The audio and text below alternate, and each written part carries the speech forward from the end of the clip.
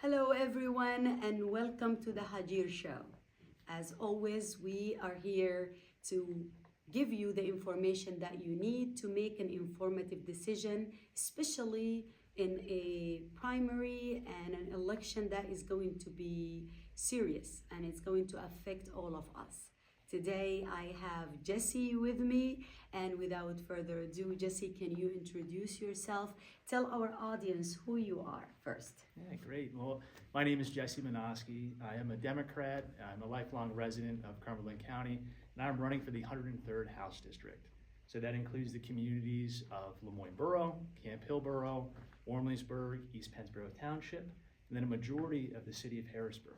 So if you're familiar with Harrisburg, that is Shipoke, downtown, North Allison Hill, Midtown, and then all the way up to the city line in uptown Harrisburg. So I am running for the open seat that is actually being left by Representative Patty Kim. Patty is running for higher office. So I am in a competitive primary, 5-way race at the moment, and you will see my name. 5 already? Yeah, 5-way race. Okay. Yeah, and you will see my name on your Democratic ballot on our primary election day, April 23rd. Mm-hmm. And this is a very important race, especially the primary. Why is that? Well, the primary election, for a lot of folks who go out and vote, they recognize that that is an opportunity to select our party's candidate for November, the general election. Mm-hmm. Well, uniquely for our particular race in this 103rd House District, we're in a blue district now. Now, not a lot of folks are familiar with that feeling, right? Because I was born in Cumberland County, and my entire life, getting Democrats elected has been a very hard and uphill battle. Mm-hmm. Well, the 103rd House District was redrawn after our latest census. And the first cycle where it became a blue district was 2022. So a lot of Democrats, especially in Cumberland County, but also in the city of Harrisburg, were able to elect Representative Patty Kim in 2022. Well, now that she is vacating the seat to run for state senate, this district is a blue district. And the outcome of our primary will very likely be that next representative. When you have a district that is so blue in registration, the outcome of the general will be much harder for a Republican to challenge that Democrat. So for voters, why it's important to get involved now, to research your candidates, and hopefully for me to earn your vote on April 23rd, the outcome of this primary is likely to decide who your next representative is for the next 2 years. Yeah. And especially there is more than one person running. So this decision is very important because you want to elect. They could be all qualified and good people, but that's why you need to do your research and know who will serve your community better. So why would we vote for you? Sure. Out of the other candidates? Yeah, well, great question. To be honest with you, this is one I have done thousands of times at the door. Why should I be able to earn your vote, and why am I going to be able to best deliver for you in the 103rd House District? Well, I want to tell you it's the experience that I have, it's the connection to my community, and the ability that I have to deliver for what you need in state government is why I can earn your vote.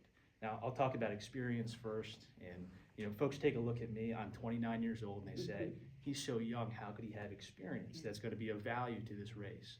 Well, I've spent every year of my professional career working in state government. So I started in 2016 working for the Pennsylvania State Senate, where I was in the Democratic caucus. Now, from when I started to where I left to run for this office, I've had many hats, many different titles, but I served in that capacity as a legislative director, as a policy and research specialist, and as an executive director. And as executive director, I oversaw our Senate Transportation Committee and our Consumer Protection and Professional Licensure Committees. In that experience working in state government, actually working across 3 separate senatorial offices that covered Philadelphia, the Lehigh Valley, as well as Pittsburgh when I worked for Minority Leader Jay Costa. I was exposed to what it takes to get things done in that building. I learned how to get policy introduced, how to get that legislation drafted, but also get it through the committees and get it through the chambers and get that policy from an idea to being signed into law. And I'm very proud of some of the success we had, and hopefully look forward to speaking to some of those examples during this interview. I'm very proud of the bipartisan efforts that we took place to get things through divided chambers and have that affect people's lives. So that state level experience is one thing. But pairing that with my local experience, I think, is what really sets me apart from some of these other candidates in this race. So I am a borough councilman in Lemoyne Borough, serving in my second term right now. And that, unique experience of serving my neighbors, serving my community where I'm raising my kids with my wife, to be able to help get mulch on the playgrounds, get stop signs at intersections that maybe didn't have one, but also have that connection to the issues local to our area and understanding how that has affected us outside the municipality where I serve, knowing some of our regional issues.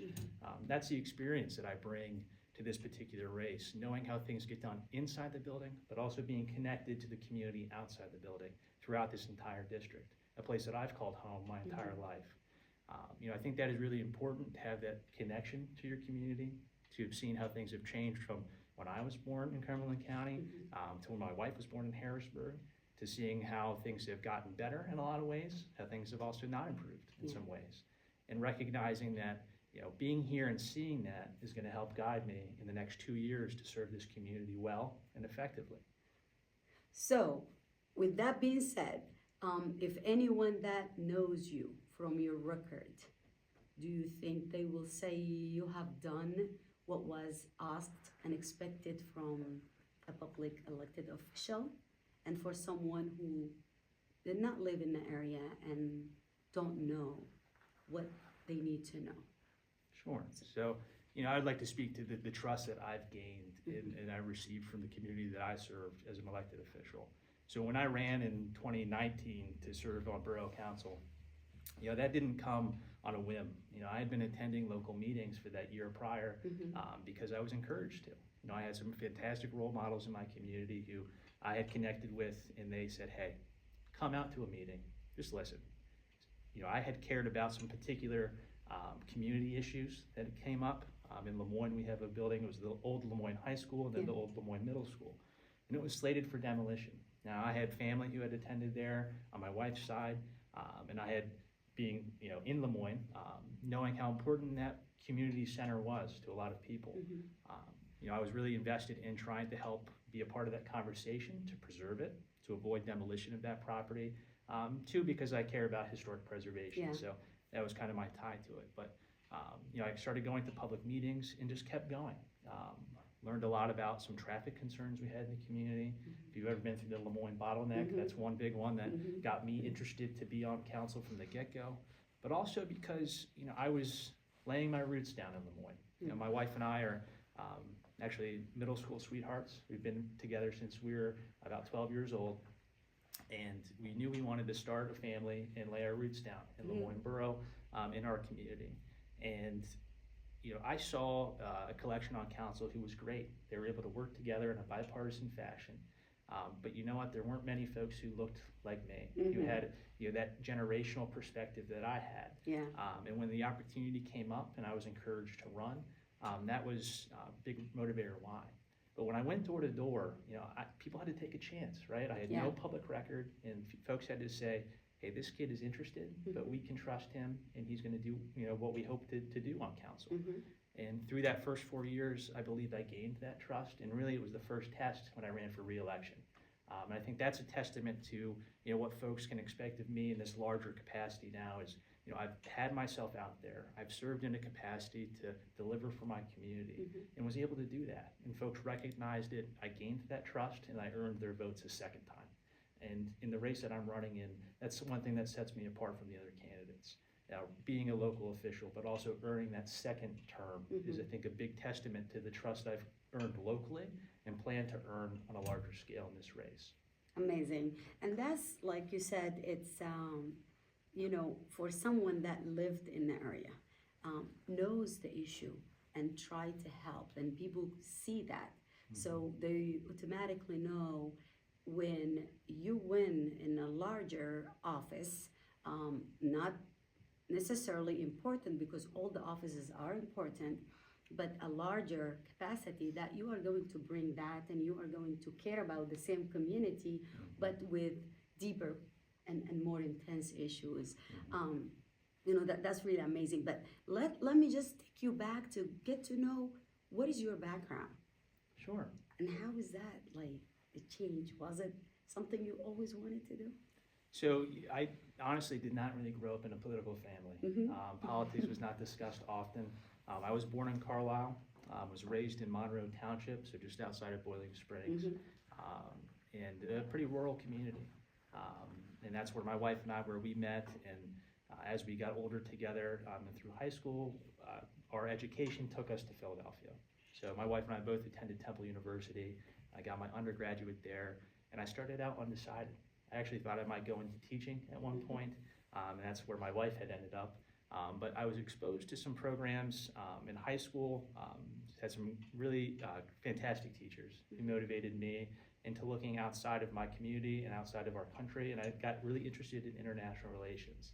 And that took me down a path of political science. Okay. When I began to study political science, I got interested in campaigns. I got interested then in our national politics and our state level politics, and eventually that's where I pursued my career. So, you know, my time in Cumberland County and then studying in Philadelphia ultimately brought me back home. I worked for, at the time, Representative Dwight Evans, who was running for his first congressional race, as well as a state senator named John Sabatino Jr. from Northeast Philadelphia. And through those experiences, I had the opportunity then to be hired for the state senate, and that's what brought my wife and I back home. And we spent a year living with my mother to save up a little bit to try to purchase a home. We were fortunate enough we were able to do that and find a great starter home in Lemoyne Borough, and we've been there since. So that's just sort of the path to what got me here. It got me to. So it's in your blood. Let's just say that. It is. You're not far off, which is for me. It's assuring. I'm not saying anyone that doesn't have the background can't do it, because a lot of people made the decision to join politics after they saw, either in the national level or an international level. Yeah. But to have that background to back you up, it makes a huge difference. Well, I'll say it took some role models to push me in that direction. I was not always the best public speaker.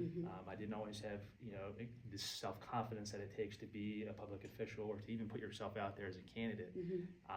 But, you know, I was raised by a single mother, and I have a sister who's about 10 and a half years younger than me.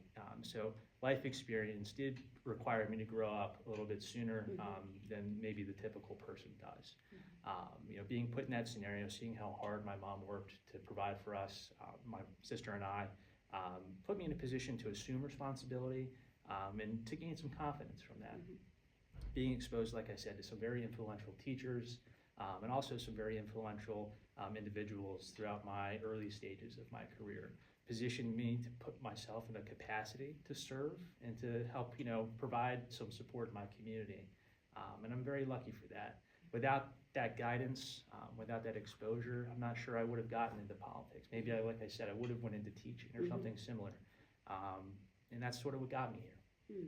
So when you said you were never good at public speaking or confident, I just want you to give like an advice for anyone that listening to you and wanting to join in any capacity to serve the community. So what would be your advice as someone who's been there and look at you now? I wouldn't even know. So honestly, the two things that I would say is showing up is the first step to really any path down this road of whether it be politics or just service in general. Being present and showing up is the first step. And, you know, in a local capacity, maybe that's attending your borough council, your township meetings. Maybe that's going to a zoning hearing board meeting and just being present, sit in the audience, take some notes, and learn these issues. You know, that's a great first step. But then the second step is, well, coming to the other side of the podium, right? And then being in that leadership role or being in a speaking role. Now I was very lucky that throughout my time when I studied in Philadelphia, I was put into some leadership roles that, you know, I had to take some steps to get there. You know, assume some committee roles or vice president roles of organizations, and then had the privilege of being put into a more leadership role at a later date. It didn't come easy at first. I learned a lot through mistakes that I made. But having that exposure and learning is what, you know, positioned me to feel much more comfortable and to be in a position where I'm pursuing something like this. Perfect. And with that, the policies that you are bringing, what is your campaign stands for, and why is it important to you and to us? A great question. I'm glad to speak to it. So if anybody's been following politics, which I think a lot of us are, I'm sure a lot of your viewers are as well. Of course. There are some very key policy issues that Pennsylvania is a battleground state for. So first and foremost, it is defending our right to choose in Pennsylvania. From a state level, that is where this battle is taking place. Since federal actors have had, an impact now where these decisions are pushed down to the state level, we have a fight on our hands. And as a father of two girls, married to my wife, and understanding intimately how important these reproductive health care decisions are is a huge motivator for me being involved. Now, as a staffer, being involved in the Pennsylvania State Senate, I've seen this fight in the Senate chamber. I've observed it from the House chamber as well. And I understand how important it is that we have elected officials who are going to have these positions to defend this right to choose in Pennsylvania. So that is probably foremost the biggest policy platform and issue I'm speaking to, because I know how important it is not only to be there to defend it, but also be an advocate, to speak out and be an ally for those who are in need of these reproductive health care access to that service. Additionally, a big motivator for why I'm involved and why I think I'd be a great candidate to elect, I'm speaking to working family issues, and particularly, from the knowledge I have, having been through it, being in a family who we've struggled and we've had obstacles, but also seeing it amongst my peers, the next generation of young professionals, the next generation of families, and what obstacles are in the way that are preventing them from taking maybe the next step in their career or the next step with their family. And I don't see that talked about enough. In our state government and federal government, the average age of the elected official is a bit higher than you would probably, than the average, resident of Pennsylvania or in our community. Now, I have had a lot of great mentors who are older, so I don't want to definitely speak to the fact that there's wisdom with age and they've been in there and done a lot. But I want to highlight is I'm going to be a voice for some of these issues that younger families are impacted by, to make sure that they're not forgotten in the halls of Harrisburg.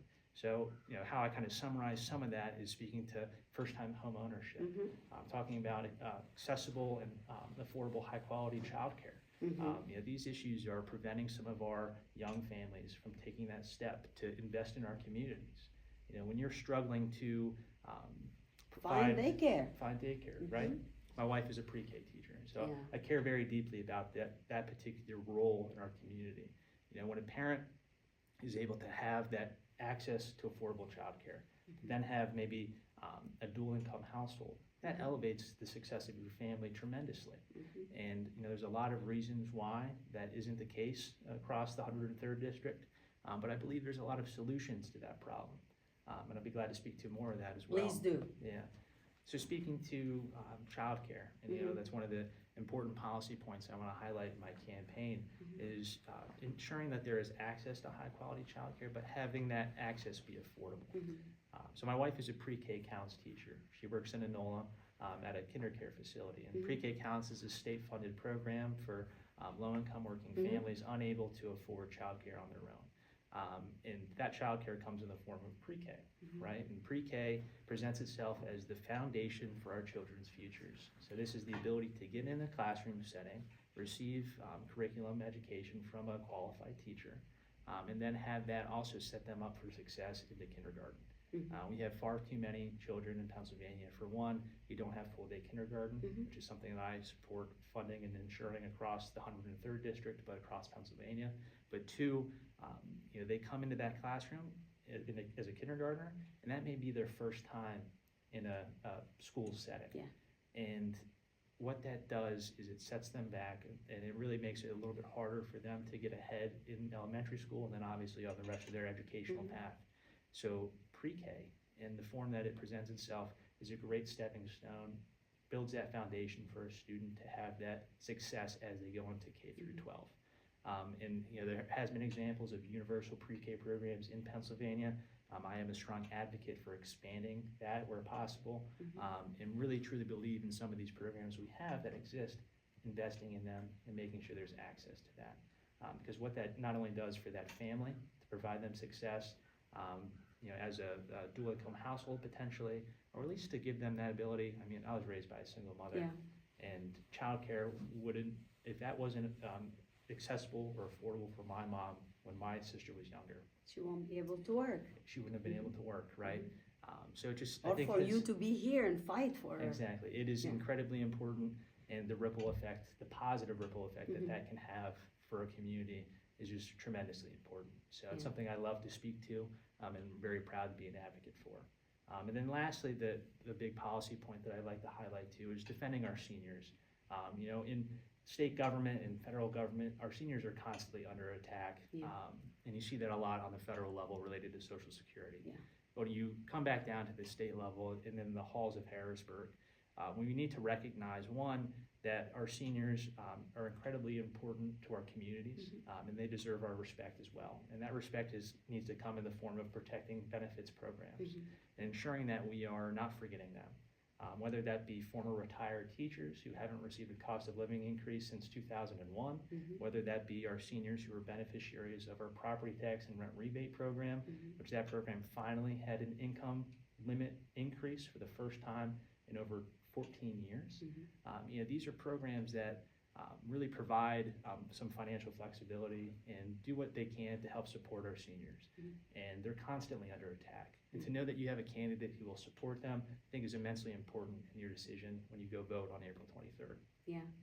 And speaking of the Social Security, many of the people that I know, and we're heading toward that direction, they work all their life. And you end up not able to even afford your apartment, to stay in your apartment, or even afford to eat or have the basic needs met. And that's a true problem, like I personally care about, because many of the people that I know who did serve either in the military or they were teachers. Speaking of teacher, as your wife, the rate, the pay gap, teachers underpaid and overworked. Those are some of the things. So what is the 103rd, 103 capacity? What would it do to the people of the area? Why is it important for that seat to be occupied by someone who actually going to make a difference? Gotcha. Yeah, the effect on us. Right. Personally. Honestly, that is a question to the voters: is why does it matter for you to participate? What will state government do for you? And that's one of the things I'm proudest to highlight too in my capacity as a candidate in this race is state government can deliver for you. Now, unfortunately, we don't always see elected officials who rise to that occasion because what is the job, right? That's, I think, also maybe the root of the question as well. The job is to be an advocate, but also deliver what state government has for your community. Now that comes in many forms. A lot of the times it comes in money and investment in the community. So there's a plethora of state programs and grant dollars out there that are competitive. And you need to have somebody who not only knows what those programs are, but knows the individuals that are related to them and how you can be an advocate for your community, help bridge the gap, right? And it's the analogy, especially in this district, right? You're split between two counties. There is a literal river between. How will we bridge the gap, not only between those communities and be an advocate for the issues that impact us all, but also impact us in our communities sort of uniquely, but also connect ourselves to state government. So like I said, it's that funding, but it's also awareness for what programs exist and making sure that the constituency, right, the people that I will be serving and working for on a daily basis in this public service capacity, it's making sure that they don't miss out on these opportunities. So I named one of them, that's the property tax rent rebate program. And a lot of folks, and I always make a plug at the door whenever I meet somebody who's of that age or who may be eligible, is that income limits increased. So for the first time in over a decade or more, folks who have always been sort of on the edge or maybe not eligible, well, now they are. Now if you make $45,000 or less, and that's cutting out half of your Social Security, and then moving forward, it's going to be tied to the cost of living increases with Social Security. So folks hopefully won't get pushed off that eligibility cliff anymore. It's about making folks know that they're eligible for that program. So, the 8 years I served in the Pennsylvania State Senate, no matter the title I had, I have always done constituent services. I've always connected people when they called our office and they had a problem. I connected them to the right person. And I learned a lot along the way, right? When I was a legislative assistant in 2016, I knew a little less than I do now, but I have the privilege now of that experience, and I'm ready to put that to work for this district. In the 2 short years you have as a state representative, you can't let any time slip by. And I really am proud to say that I'll be able to do that for our community. Amazing. But when we talk about two separate districts, a lot of people think if they live in West Shore, their area, it's just like basically this is the line that separate them from another state or another country, let's say. Yeah. So why, first of all, when they merge those two areas in one district, I didn't like that because there's a lot of issue are different. A lot of people, their needs are different.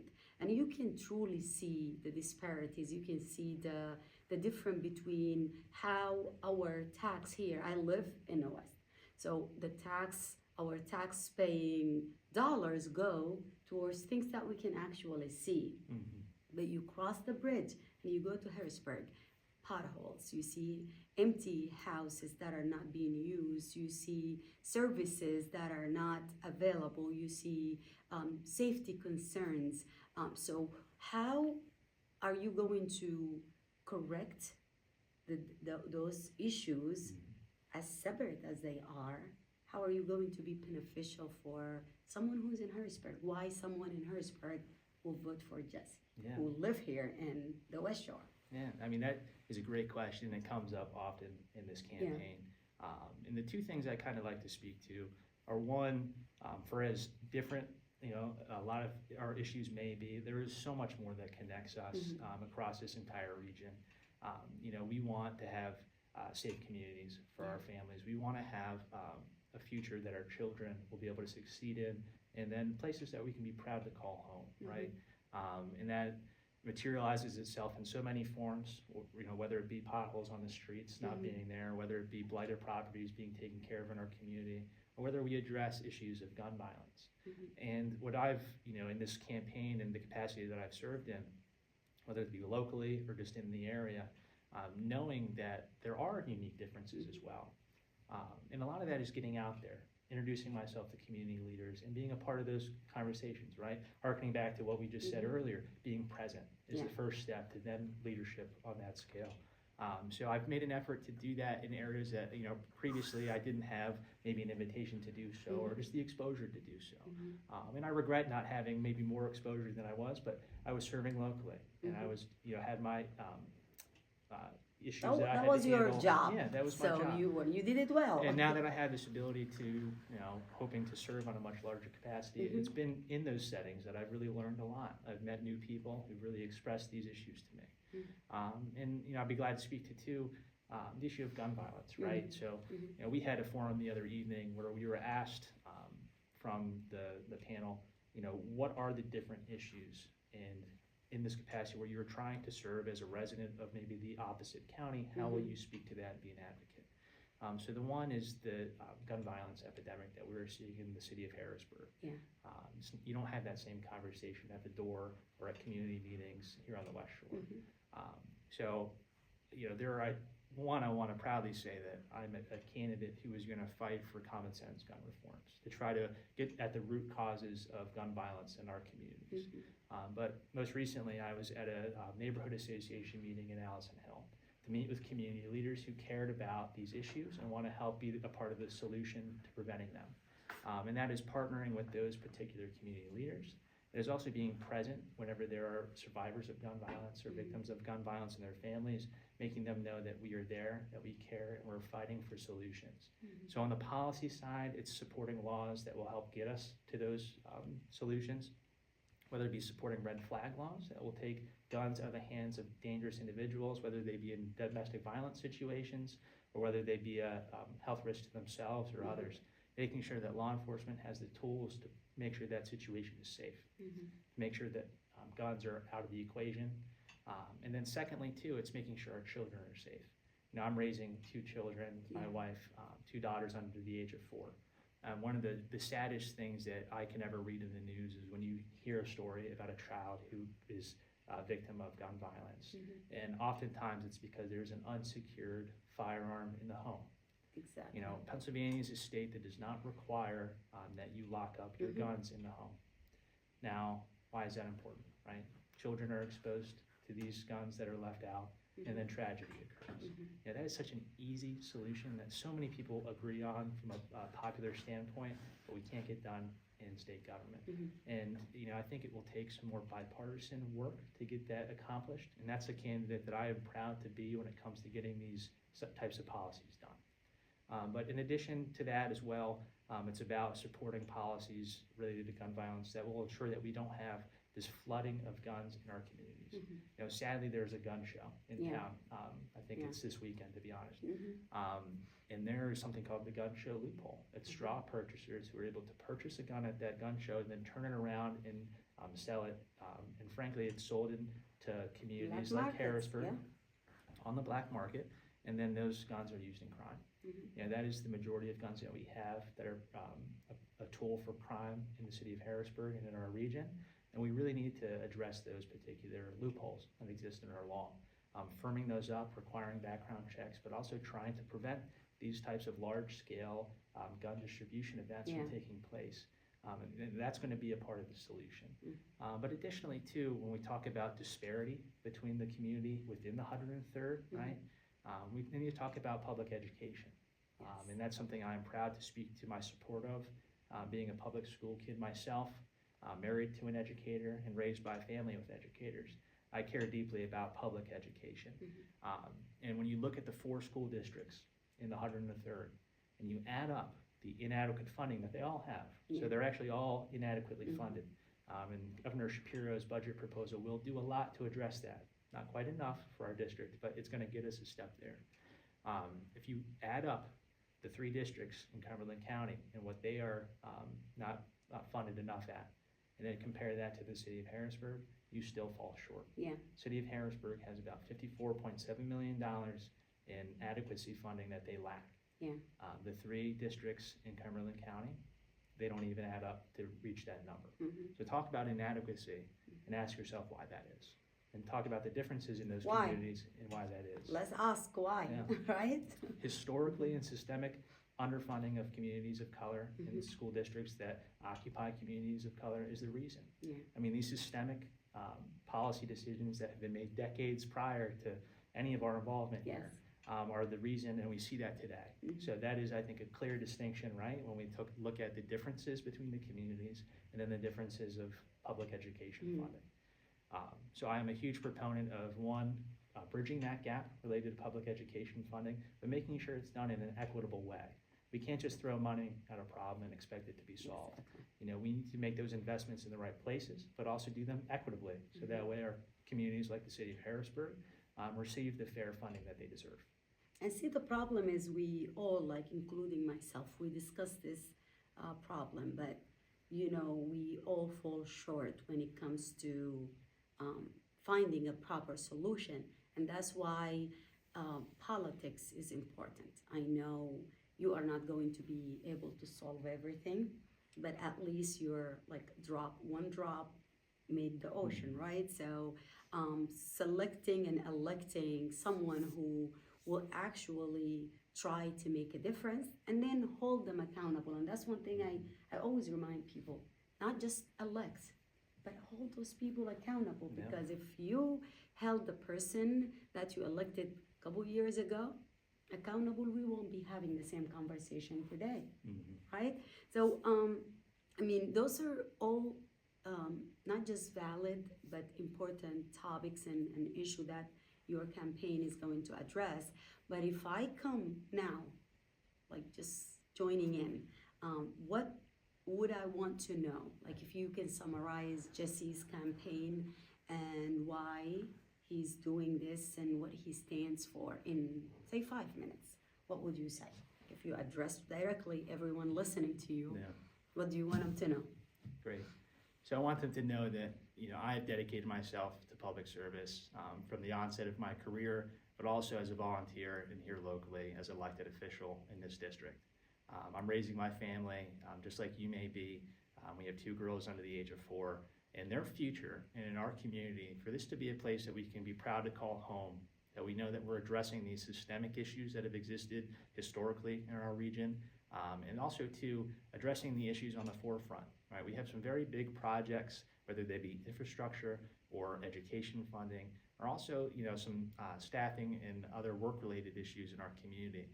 These are all things that, I as a candidate am aware of by virtue of experience. Working in state government, I have seen, this play out from year to year, and I understand where the pressure points are and how we can deliver state government for you at home in this community. And, this campaign that I'm currently in to deliver for our district, I'm getting out there, I'm going door to door, and I am trying to make sure that no voice is unheard in our community. And it's an exhausting effort. It is. I've lost about 15 pounds going door to door. I've gone through a couple. Believe me, it's a great diet for somebody who's interested. I've gone through a couple pair of running shoes. But that's the blood, sweat, and tears that it takes that, I think we all deserve out of our candidates who run to serve in the public. But two, just running now, like I said earlier in the show, earning the trust of my community on a local level is something that took time. I ran in 2019, I served 4 years, and I was reelected to serve a second term. I earned that trust, and that was sort of a, speaking to accountability, that's where the voters were able to weigh in to say, Jessie served well and deserves a second term. He will continue to be a voice for our community. Running in this race, I'm meeting a lot of new individuals and reaching out to new communities where they may not know my background, they may not know my record.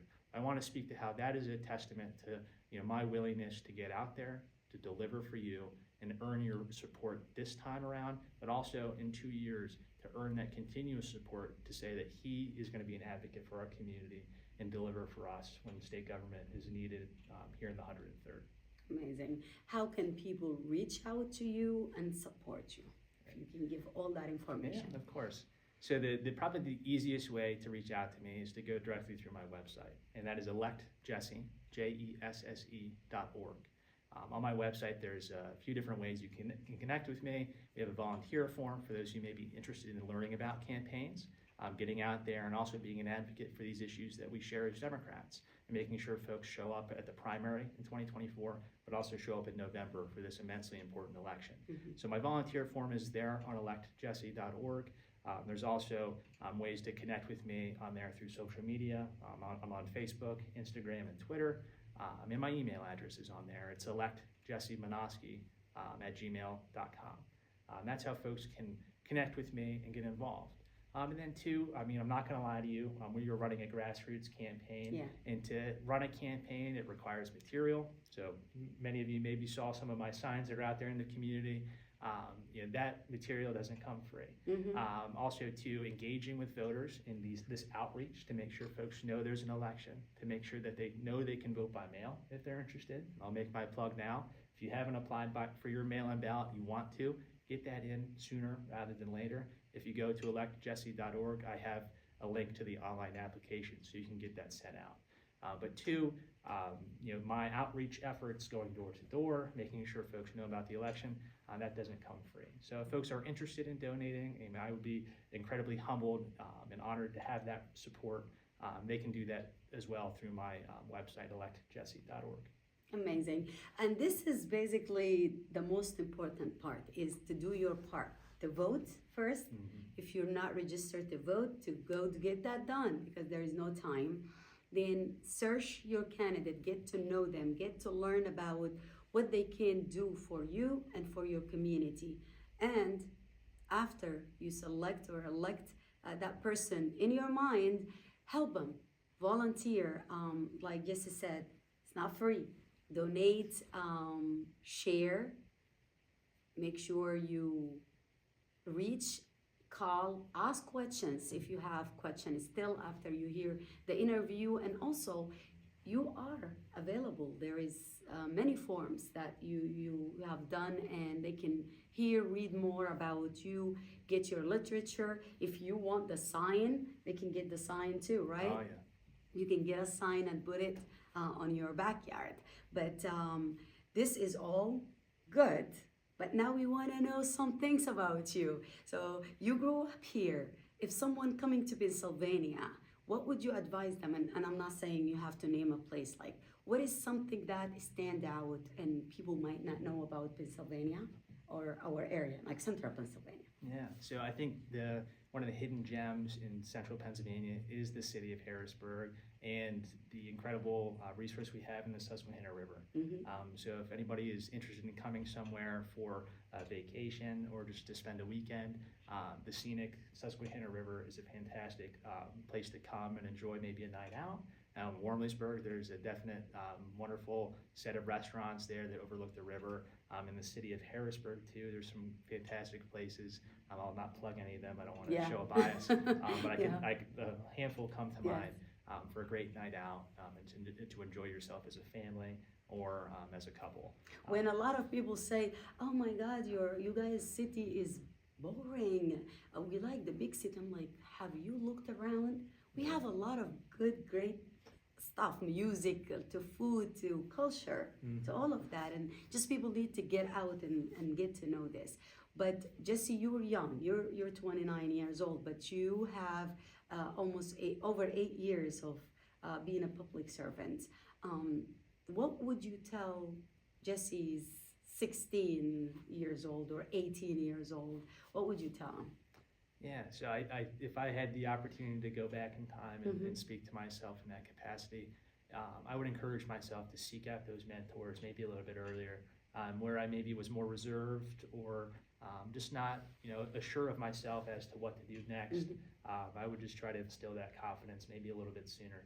If I would have maybe had a year or two of a head start to where I am now, who knows where I'd be, right? So I think just as soon as possible to expose myself to maybe those more difficult situations. When you are a little uncomfortable, that does provide you the ability to learn and to grasp maybe a larger responsibility of yourself. And that's what I would probably tell myself back then is don't be afraid to get involved maybe a little earlier. Perfect. And who inspire you? Like who we can thank for the Jessie now? Yeah, definitely my wife. So my wife, Sydney, I've known her since we were in elementary school. Talk about that. I like to hear that. This is. So I'm very proud to say this because it sort of gives me credit for the relationship in a way. I had a crush on her in elementary school. Oh wow! And it took me 3 years for her to finally. Love is real, y'all. To say yes to a date when we were both in middle school, and the rest is history. From there, I've never let go. If anything, it's a testament to my persistence. Yeah. So, yes. That and some loyalty too. So I attribute a lot of my ability to do this as a candidate, to be involved in my community. I couldn't do it without the support of my wife, as well as my family too. But to have my wife's support for this candidacy, if she only was willing to give me 99%, I wouldn't be doing it. My wife is 100% in this as well as I am. She's incredibly competitive too, so as much as she doesn't care for politics, sometimes she's competitive, so she continues to push me to be a better person, but also to continue this campaign to deliver for this district. So I give a lot of the credit to her, and as well as my daughters too. My oldest she just turned 3 in January, and our youngest is 9 months old. And every morning I wake up with our youngest. She's an early riser, and a few times throughout the night as well. But then I know that very well. Many parents know that. Yeah. Also, our 3-year-old Jordan. They really inspired me to be involved and to push for a better future for them and in our community as well. Our daughter Jordan. It's really tough to describe to your daughter what you do for a living when you work in politics. My wife is a teacher, so that's pretty understandable for a 3-year-old. They understand that. But when my daughter says, well, what do you do? Or I try to tell her what I do for work, I just summarize it by saying that I help people. Now for her, she thinks I'm out there, putting Band-Aids on boo-boos or helping people who are lost, right? Typically I'm trying to help people gain access to unemployment compensation, or I'm trying to help somebody understand why there is an issue in their community, or work towards solutions. That's a little hard to describe to a 3-year-old. So I just tell them that my job is to help people. And this race going door to door, that's the goal, is to make sure I can help people in the 103rd. And this is basically like putting a Band-Aid on a poo-poo, you're helping. We're looking for Band-Aids, but we're also looking to prevent boo-boos. Yes. That's a big part of it as well. So that's who I owe a lot of my success to. Again, like we talked about earlier, my mother is an incredible example for me of somebody who overcame a lot in their life, but still was able to provide for their family and be an incredible person. My mom is just fantastic. What she has done, even outside of her professional career, to giving back as a volunteer in her community. I probably don't tell her enough how grateful I am for her to be my mother. She can hear you right now, and you know what? As a single mother myself, it is really refreshing to see your son or daughter following your footsteps and doing something good, and you can say, you know what? I've done that. I have a part of this. Yeah. And as a single mother, it is not an easy thing to do, and especially trying to navigate the financial and everything and the politics. I'm sure you're aware of that. But a lot of people sometimes they say, oh, we didn't know you were like, you talk or you do this. So what things are people telling you that they didn't expect you to do, or something that people might not know about Jessie? Sure. So one thing that some people very close to me know, whether they be family or friends. Another big reason why I felt so passionate about running for office and for this particular role with state government was because of a near tragic health situation that took place with our daughter this past summer. Our daughter Jordan needed to be admitted to the Children's Hospital due to a condition that developed very rapidly. It was sprung upon us. We were very lucky to have access to health care through my employer at the time, to then receive this rapid response that we received at the Children's Hospital. And through that experience, it really rocked our world, my wife and I. We had a newborn at home. This was a month after our youngest was born. And our daughter Jordan needed to go through a series of blood transfusions. At that particular point in time, we did not know what it could be. It could have, we were given a laundry list of potential very serious conditions that she may have been going through, and it required, some testing. But the incredible care that we received when we were at the Hershey Children's Hospital, the incredible care we received from the hospital in Harrisburg as well prior to that, provided us that reassurance that she was going to be well. We spent about 3 days in the hospital there until she received a clean bill of health. We determined that it was a temporary condition that was treatable, and that she was set on a path to then fully recover. So today she's a very healthy 3-year-old, and we're very blessed. But through that process, I learned a lot about how families in that medical crisis, how they operate and navigate the system. It's not easy, it's not convenient for a lot of reasons. But I was very fortunate to have employer-covered health care. Not every family has that. And my motivations to be an advocate for accessible and affordable health care is a big driver for why I'm running, but two, to support those who work in healthcare as well. I'm actually incredibly proud to have been endorsed by PASNAP, which is our staff nurses and allied health professionals in Pennsylvania. That's about 10,000 frontline healthcare workers who recognized me as a candidate as somebody who's going to support them on the key issues that they need. So that's ensuring that our hospitals have the appropriate staffing that they need to provide for safe patient care, but also to provide a safe workplace for those who are serving in the hospital system, to ensure that our nurses are not getting burnt out, which is an incredible problem of crisis, honestly, in Pennsylvania. Yes, it And is. how overburdened our nursing staff is, but also to ensure that we're going to be an advocate, myself as a candidate, an advocate for workplace safety as well in those settings. But when I was in the Children's Hospital with our daughter, the incredible care we had, I saw that on an individual basis. Right? The incredible healthcare professionals that we had to provide the care that my daughter needed was just so heartwarming to me, and I'm incredibly grateful for that. But two, to know that the experience that I have, having worked in a capacity, I was the staffer who oversaw the licensing committee. So I understand some to the back end related to our healthcare professionals and the obstacles that they face to make sure that they can get past the bureaucracy and to care for those families.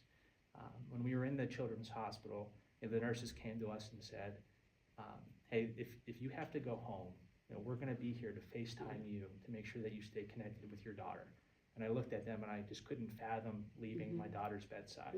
But not every family has that flexibility, support that we had, right? We had a newborn at home. We had a family who were able to come and watch her during her hospital stay. My wife was on maternity leave, but my employer too was able to say, Jessie, you take as much time as you need. You need to be there for your daughter. But not everybody has that flexibility or that support. And to be honest, it is such a travesty that the state has not done more to provide for families in that situation.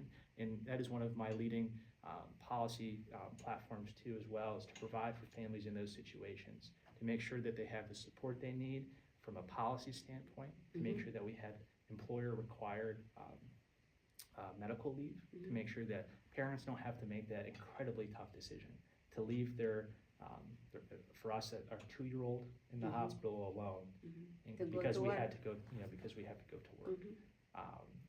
It just pains me to know that that happens. And if I can even help one family to avoid that, or all families in Pennsylvania to avoid that, I would be able to die happy. But that is just so important and a huge thing that, I don't really get a setting to talk about that very often. It's, as you can tell in my voice, it's a very emotional issue for me. Brings back a lot of feelings from that difficult time. But I'm incredibly passionate about being an advocate for that as well. And this is, to me, especially very important. My background in healthcare, and I work at the hospital, and I, know that the patient to nurses ratio is not safe most of the time. And I see my friends and coworkers and my employees work hard to go above and beyond to help the families. And also, I was at the other end when, as a single mother, you have to try to find a solution so you can be there for your kids, and at the same time bring money. So this is a touchy subject, not just for you, Jessie, but for me, and I'm sure many who are listening to us right now, because no one should be put in a place where they have to make a decision to leave their child in order for them to go make money so they can pay the bills that is going to help also their child. So this is a problem. FMLA has been an issue, having families jump through hoops, and we have tried to help many families to get it easy. But when you are faced with filling 600 pages and jumping through hoops to get approved, while you're supposed to have your full attention with your child, so those are the things that truly matter to me personally, and I'm sure it matters to a lot of people who live day to day, paycheck to paycheck.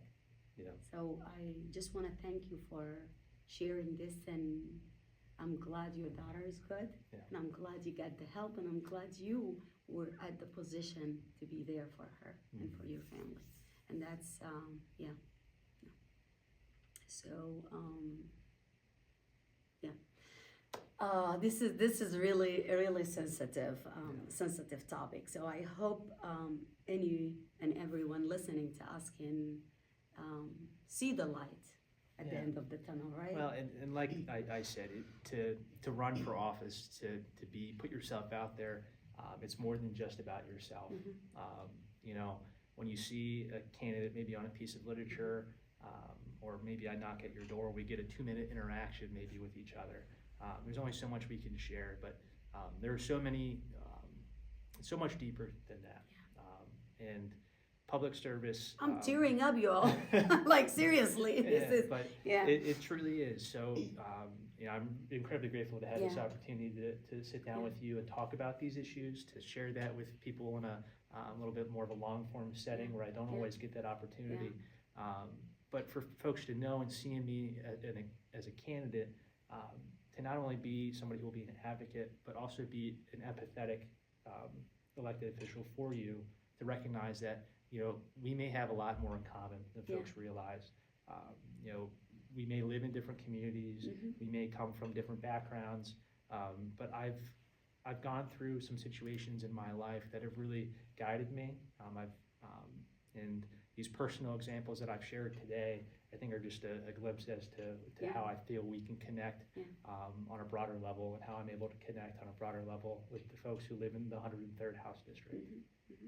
And we all have issues, and if everyone listening to us just understand that your problems might not be as big as somebody else's problem, but it's big to them, the same way as it's big to you. And just be mindful with what you say. Be mindful when you look at someone to not judge and look at them and say they're entitled, or someone who don't have, or assume that they never been through what you've been through. Not, that's just the way we all supposed to be thinking. So Jessie, I am truly thankful to have this chance to talk to you, and hopefully people learn a little bit more than when they joined us. And if they need more information, if you all need to learn more about Jessie, or something you heard here clicked with you and you want to hear more, feel free to contact them. Feel free to reach out, and make sure that you do your part, do your due diligence, and vote. And you can all be the change, right? So let's all be the change that we want to see in the world. Thank you, Jessie, for being here, and good luck. We will follow you. We will share and put down all the information for everyone there to connect, donate, volunteer, do whatever you can to help. And also we will follow your journey until the primary is over, and then hopefully follow you all the way to November. Thank you. Thank you.